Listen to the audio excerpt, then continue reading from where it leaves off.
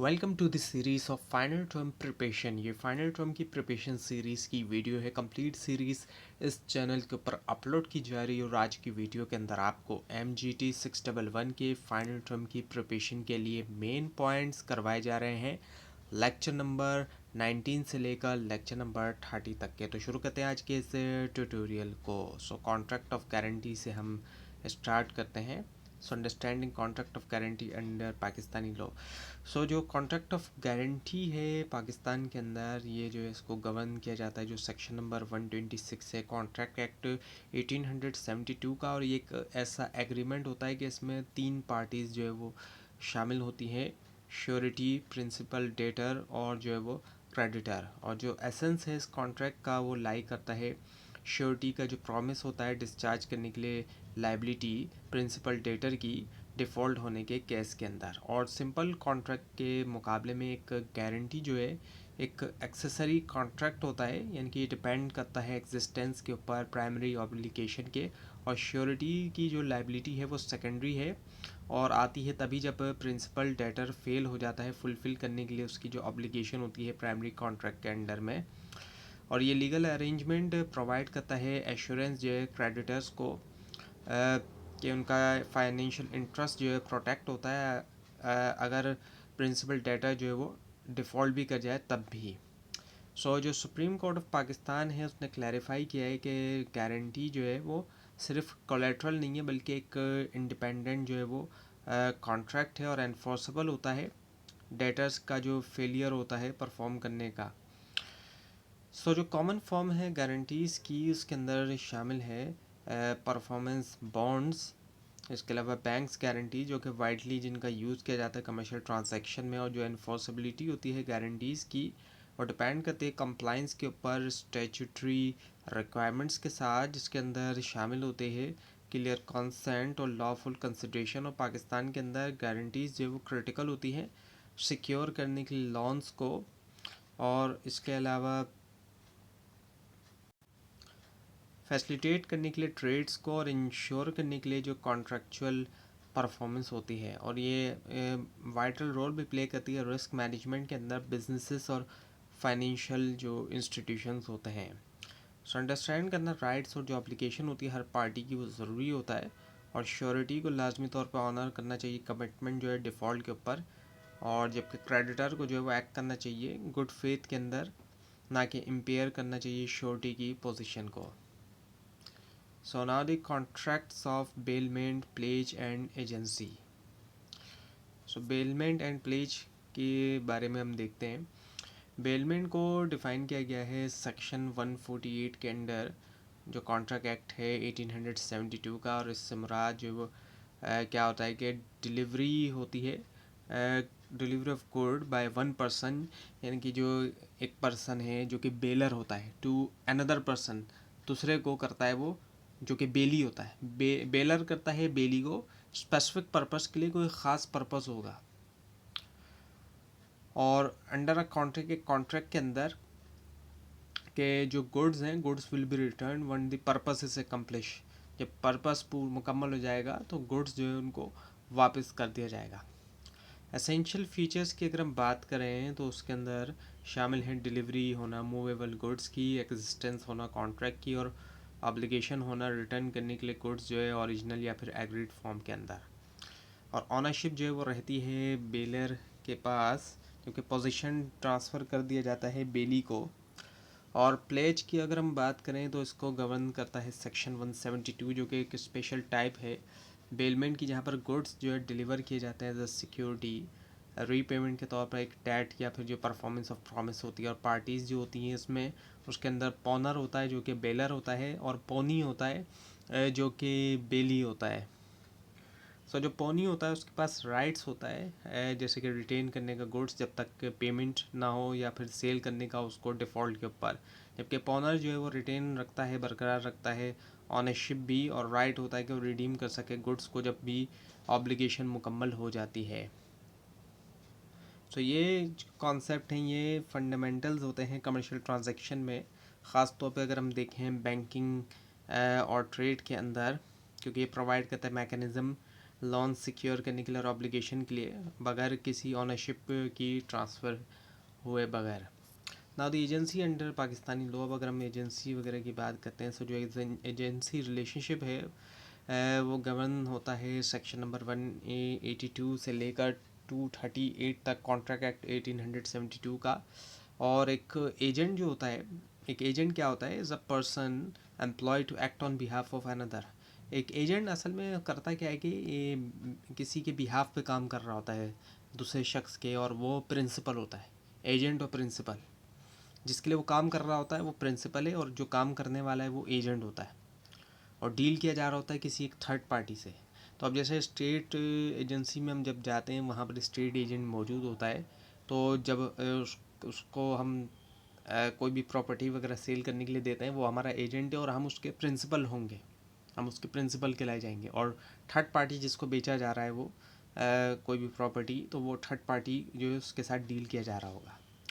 और ये जो रिलेशनशिप होता है, इसमें दो लीगल कनेक्शन शामिल होते हैं। एक तो प्रिंसिपल और एजेंट के दरमियान, दूसरा प्रिंसिपल और थर्ड पार्टी के दरमियान भी। तो दो तरह के रिलेशनशिप जो है वो इसमें हो जाते हैं। एजेंसी जो है वो क्रिएट की जा सकती है। क्रिएशन की हम बात करें एजेंसी की, तो उसको क्रिएट किया जा सकता है एक्सप्रेस एग्रीमेंट के ज़रिए, एम्प्लॉयड अथॉरिटी, नेसेसिटी, एस्टॉपल या फिर रेटिफिकेशन के ज़रिए। और एजेंट की ड्यूटीज़ की हम बात करें तो उसमें ये होता है कि एक्ट करना अथॉरिटी के अंदर, रीज़नेबल केयर का एक्सरसाइज करना, अकाउंटिंग होना ट्रांजैक्शंस के लिए।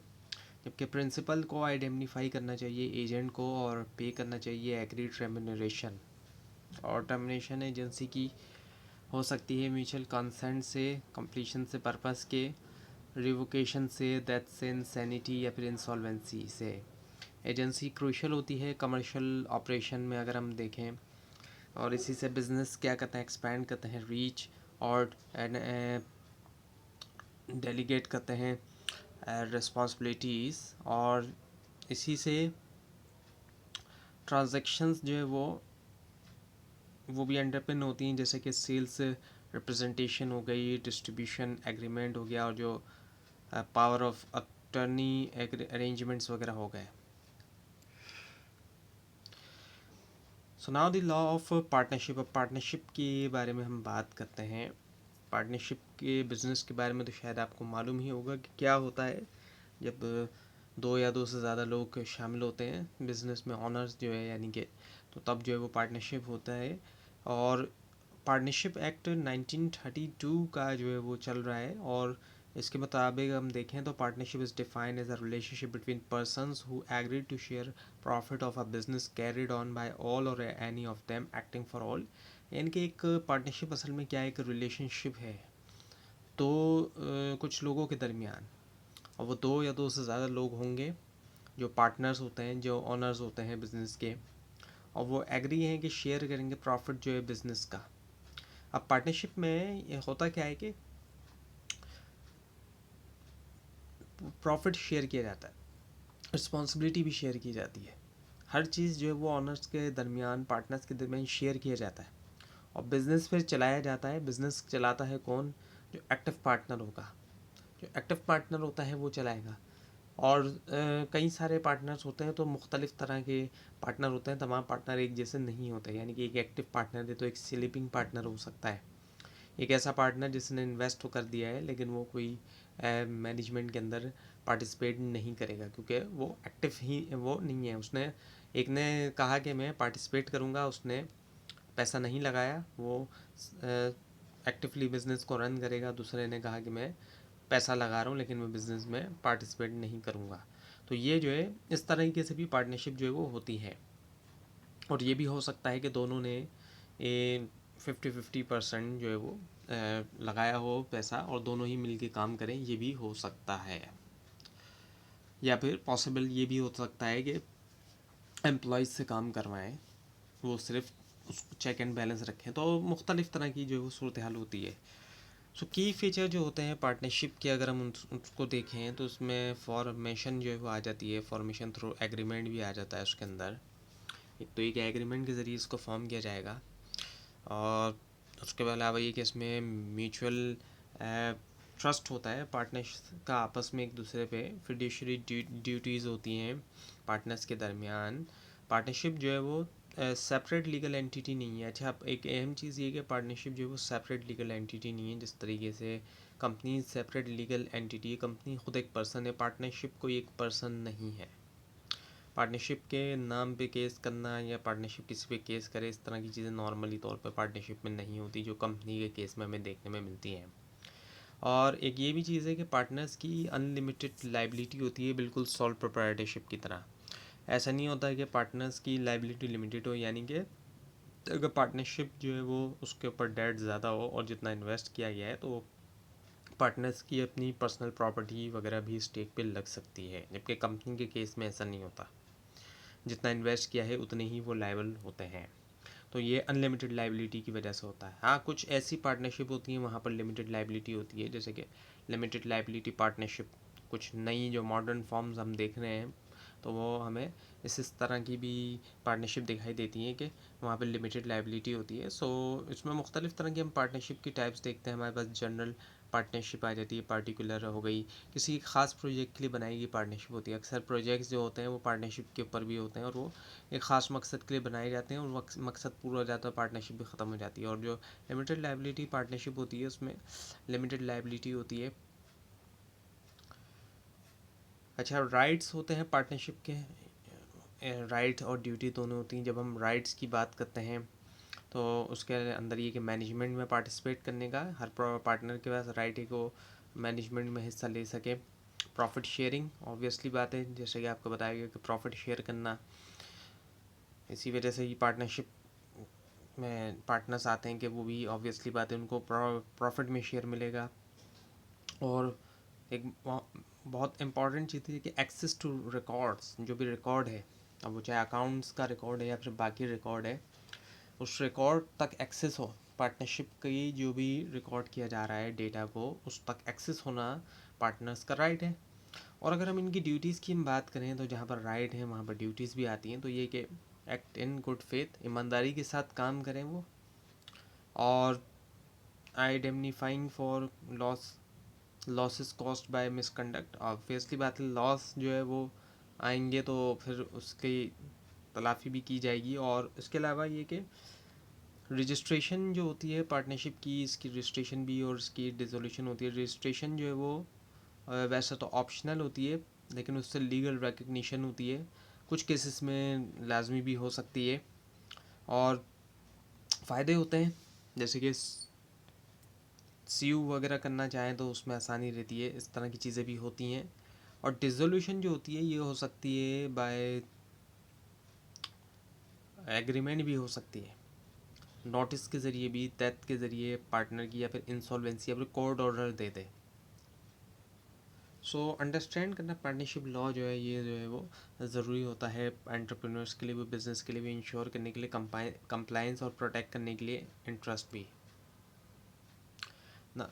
अच्छा, कंपनी ऑर्डिनेंस जो है 1984 पहले था, अब जो है वो कंपनीज एक्ट 2017 जो है वो आ चुका है।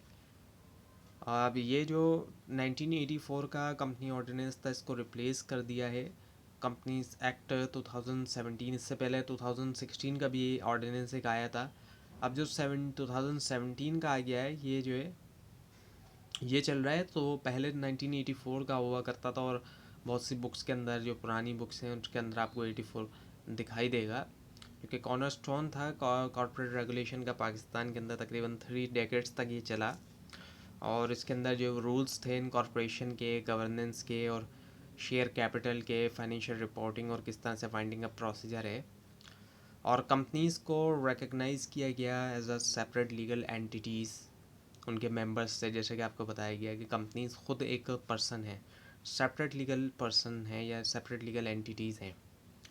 जिस तरह इंसान जो है वो क्या है, नेचुरल पर्सन है, ये आर्टिफिशियल लीगल पर्सन है। कंपनीज आर्टिफिशियल लीगल पर्सन है, दोनों ही पर्सन है।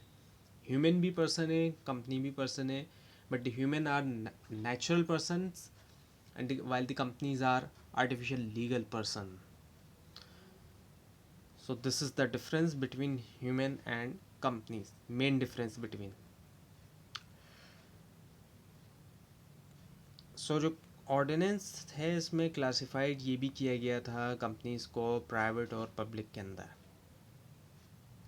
तो अब जो 2017 का जो एक्ट आया है तो उसी के आगे ही चीज़ें जो है इसमें की गई हैं। एक तरह से देखा जाए ज़्यादातर चीज़ें तो ऑलरेडी मौजूद थी जो कंपनी ऑर्डिनेंस 1984 का था।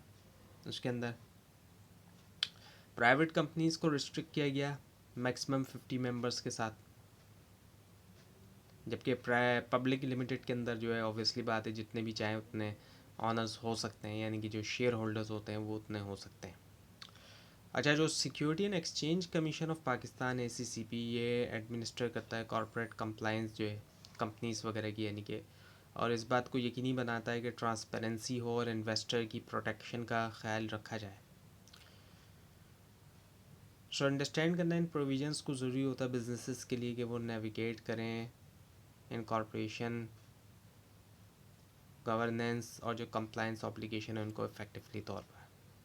ना the non banking finance corporation, यानी कि अब कुछ ऐसी कंपनीज जो कि बैंकिंग कंपनीज नहीं है, बैंक्स नहीं है, लेकिन वो भी फाइनेंस कंपनीज में आ जाती है, फिर फाइनेंशियल इंस्टीट्यूशन वगैरह में जिनको रखा जाता है। सो ये जो है NBFC जो है इसको रेगुलेट किया जाता है, जो भी कंपनी ऑर्डिनेंस वगैरह होता है, और जो NBFP रूल्स हैं 2003 का, और ये प्रोवाइड करते हैं स्पेशलाइज्ड फाइनेंशियल सर्विसेज यहाँ से मिलती है। अब जो फाइनेंशियल सर्विसेज होती है उनकी अगर हम बात करें तो लीजिंग आ जाती है, लीज़ करवा लेना किसी भी चीज़ को, और इन्वेस्टमेंट आ जाती है, इन्वेस्ट किया जाता है। इन्वेस्टमेंट कंपनीज जो हम देखते हैं वो भी इसी में आ जाती है। हाउस फाइनेंसिंग, जो घर के लिए जो फाइनेंस प्रोवाइड किया जाता है, लोन वगैरह जो प्रोवाइड किया जाता है। इसके अलावा जो एसेट मैनेजमेंट होती है एसेट्स वगैरह की, और एडवाइजरी सर्विसेज मुख्तलिफ़ तरह की सर्विस दी जाती है, और ये सारी चीज़ें प्रोवाइड की जाती हैं। लेकिन बैंक नहीं होते ये एज अ बैंक के तौर पे नहीं, ना इनके पास कोई बैंकिंग लाइसेंस होता है और ना इनका ताल्लुक फिर बैंक की उससे होता है, इंडस्ट्री से। सो NBFP जो है वो जो बहुत बड़ा एक फ़र्क है वो ये कि ये डिमांड डिपॉजिट को एक्सेप्ट नहीं कर सकते, लेकिन फ़ंड्स ज़रूर इनको दिया जाएगा दूसरे तरीक़ों से। अब जैसे इन्वेस्टमेंट अगर कर रहे हैं तो फिर ऑब्वियसली बात है इन्वेस्ट करेंगे तो फ़ंड तो देंगे ना। और लाइसेंसिंग और रेगुलेशन अगर इसकी हम देखें तो उसको ओवरसी करता है ACCP, जो कि इन्फोर्स करता है fit and proper criteria promoters और डायरेक्टर्स के लिए, और मिनिमम जो इक्विटी रिक्वायरमेंट है और कंप्लायंस है IFRS के साथ, यानी कि इंटरनेशनल फाइनेंशियल रिपोर्टिंग स्टैंडर्ड्स। और NBFP जो है वो प्ले करता है क्रिटिकल रोल गैप को पूरा करने में, जो गैप होते हैं फाइनेंशियल सर्विसेज के दरमियान, सपोर्ट करने में इंफ्रास्ट्रक्चर और स्टार्टअप और जो इन्वेस्टमेंट प्रोडक्ट्स होती हैं। सो इनकी रेगुलेशन इंश्योर करती है फाइनेंशियल स्टेबिलिटी को भी, इन्वेस्टर की प्रोटेक्शन, और ये कि जो प्रूडेंशियल नॉर्म्स हैं उनके साथ जुड़े रहें। So now the winding up of a company. अब एक कंपनी को जो बंद किया जाता है उसके बारे में हम अगर बात करें, so winding up refers to the legal process of dissolving a company. Winding up से मुराद क्या होता है कि लीगल तरीके से डिसॉल्व किया जाए कंपनी को, और जब लीगल तरीके से किया जाता है तो उसमें क्या होता है कि डिस्पोज ऑफ किया जाता है उसके जो भी एसेट्स होते हैं। एक कंपनी के कई सारे एसेट्स होते हैं और उसके डेट्स को सेटल किया जाता है, पे कर दिया जाता है जितने भी डेट्स हैं, जो भी उधार हैं जहाँ कहीं से भी हैं, और डिस्ट्रीब्यूट कर दिया जाता है जो भी सरप्लस होता है, जो भी एक्स्ट्रा पड़ा होता है अमाउंट शेयर होल्डर्स के दरमियान जो ओनर्स होते हैं। सो वाइंडिंग अप अगर हम देखें यहाँ के लॉ के मुताबिक तो वो वॉलंटरी भी हो सकती है या फिर कंपलसरी भी हो सकती है, दोनों तरीके से हो सकती है। वॉलंटरी की अगर हम बात करें तो ये होती है जब मेंबर्स या क्रेडिटर रिजॉल्व करते हैं कि वो इस चीज़ को कि वो क्लोज़ करें कंपनी, और ऐसा जो है वो होता है सॉल्वेंसी या म्यूचुअल एग्रीमेंट की वजह से, और इसमें जो है वो डिक्लेयर किया जाता है सॉल्वेंसी, पास किया जाता है स्पेशल रेजोल्यूशन, अपॉइंट किया जाता है लिक्विडेटर को, और नोटिफाई किया जाता है अथॉरिटीज़ को। लेकिन अगर हम कंपलसरी की बात करें, लाजमी अगर है, तो वो किस सिचुएशन में होगी, कोर्ट ऑर्डर के, और ये होती है इंसॉल्वेंसी के केस में, या फिर जब डेट पूरी तरह से पे नहीं कर पा रही है, क्योंकि कंपनी के अंदर होता क्या है कि लाइबिलिटी लिमिटेड होती है। ये बात आपको बताई गई थी कि लाइबिलिटी लिमिटेड होती है, यहाँ पर अनलिमिटेड लाइबिलिटी नहीं होती। तो हाई कोर्ट जो है वो सुपरवाइज करता है प्रोसीडिंग्स, इंश्योर करता है फेयरनेस क्रेडिटर्स और शेयर होल्डर्स के लिए, और एससीसीपी ओवरसी करता है कंप्लायंस और जो पब्लिकेशन होती है नोटिस की। सो अंडरस्टैंड करना वाइंडिंग अप प्रोसीजर जो है वो ज़रूरी होता है बिजनेसेस के लिए कि वो मैनेज करें क्लोज़र जो है उसको एफिशिएंटली तौर पर भी, और अवॉइड कर सकें कोई भी लीगल जो भी कॉम्प्लिकेशन होती है उसको। Now the security and exchange commission of Pakistan, जो कि एससीसीपी, अब एससीसीपी के बारे में डिटेल देखते हैं। सो जो एससीसीपी है, security and exchange commission of Pakistan, इसको इस्टेब्लिश किया गया था एससीसीपी एक्ट के अंडर 1997 के अंदर। और ये जो है प्राइमरी जो है वो रेगुलेटरी अथॉरिटी है पाकिस्तान के कॉरपोरेट सेक्टर और कैपिटल मार्केट के लिए। और ये जो ऑपरेशनल है, ये ऑपरेशनल अगर हम देखें तो ये 1999 से है। सो एससीसीपी का जो मैंडेट है उसमें शामिल है रेगुलेट करना कंपनीज़ को, सुपरवाइज़ करना इंश्योरेंस फर्म को, ओवरसी करना नॉन बैंकिंग फाइनेंस कंपनीज़ को, मैनेज करना जो प्राइवेट पेंशन स्कीम्स हैं, और ये मॉनिटर भी करता है एक्सटर्नल सर्विस प्रोवाइडर्स जैसे कि ऑडिटर्स, ब्रोकर्स और जो क्रेडिट रेट एजेंसीज़ हो गई। और ये जो है इसके पास जो है वो इन्वेस्टिगेटिव और इन्फोर्समेंट पावर भी है, और इसी से ये इंश्योर करता है कंप्लायंस को और प्रोटेक्ट करता है इन्वेस्टर्स को, और ट्रांसपेरेंसी को प्रमोट करता है। और इसके फंक्शन जो है वो यहाँ तक हैं, रूल मेकिंग तक, लाइसेंसिंग तक, कॉरपोरेट गवर्नेंस ओवरसाइट तक। और ये प्ले करता है एक बड़ा रोल फॉस्टर करने में मॉडर्न एफिशिएंट कॉरपोरेट इन्वायरमेंट, जो कि इनकरेज करता है इन्वेस्टमेंट और इकोनॉमिक ग्रोथ। तो ये था आज का लेसन। आपको इस बारे में कोई क्वेश्चन है, वो खास तौर पर इसमें कोई मिस्टेक दिखाई दे ज़रूर हाईलाइट कीजिए। और इस पूरी सीरीज़ को देखने के लिए और फाइनल टर्म एग्जाम्स की प्रिपरेशन के लिए इस चैनल को सब्सक्राइब कीजिए, बेल आइकन के ऊपर क्लिक कीजिए। Thanks for watching this video and best of luck.